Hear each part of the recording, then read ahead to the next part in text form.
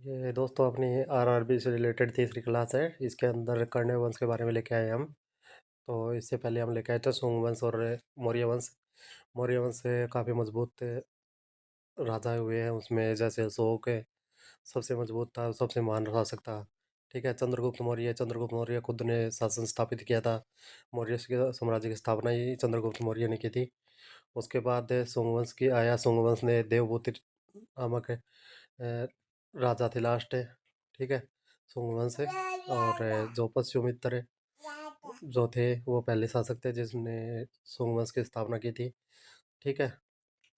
और इसके बाद आए हैं कण्य वंश। कण्य वंश और सोंगवंश में एक ही समानता है, दोनों ने गद्दारी की है। ठीक है, अपने राजा के साथ में। तो सबसे पहले हम स्टार्ट करते हैं। ठीक है।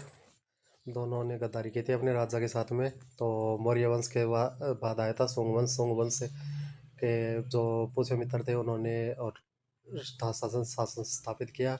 उसके बाद देवभूति हुए लास्ट शासक। जो देवभूति थे वो ज़्यादा शक्तिशाली नहीं थे, एक अपनी जो विरासत की यासी में डूबे हुए थे। ठीक है।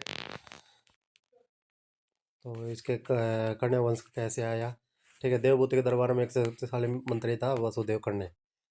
उसने देखा कि राजा शासन नहीं कर रहा। ठीक है, शासन के लायक नहीं है, जनता संतुष्ट है। ठीक है। राज्य अंदर से कमजोर हो चुका है, भाई राज्य कमजोर हो गया था। ठीक है। हत्या कर दी वासुदेव कन्या ने।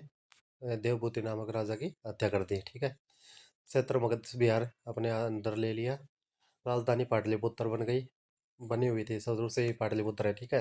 के अंदर यानी मौर्य और सुंग वंश की तरह कण्य वंश ने भी मगध को सत्ता का केंद्र बनाए रखा।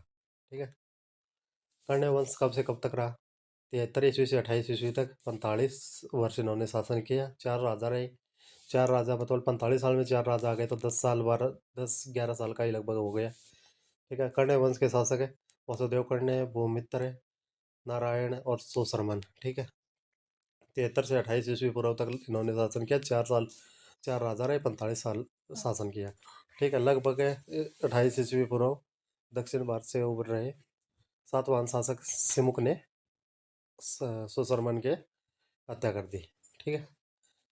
ये अपनी टोटल कण्य वंश से रिलेटेड जो इम्पोर्टेंट थे वो मैंने बता दिए मोटा मोटी। ठीक है। इसमें कोई और ज़्यादा पूछा नहीं जाता परीक्षा में।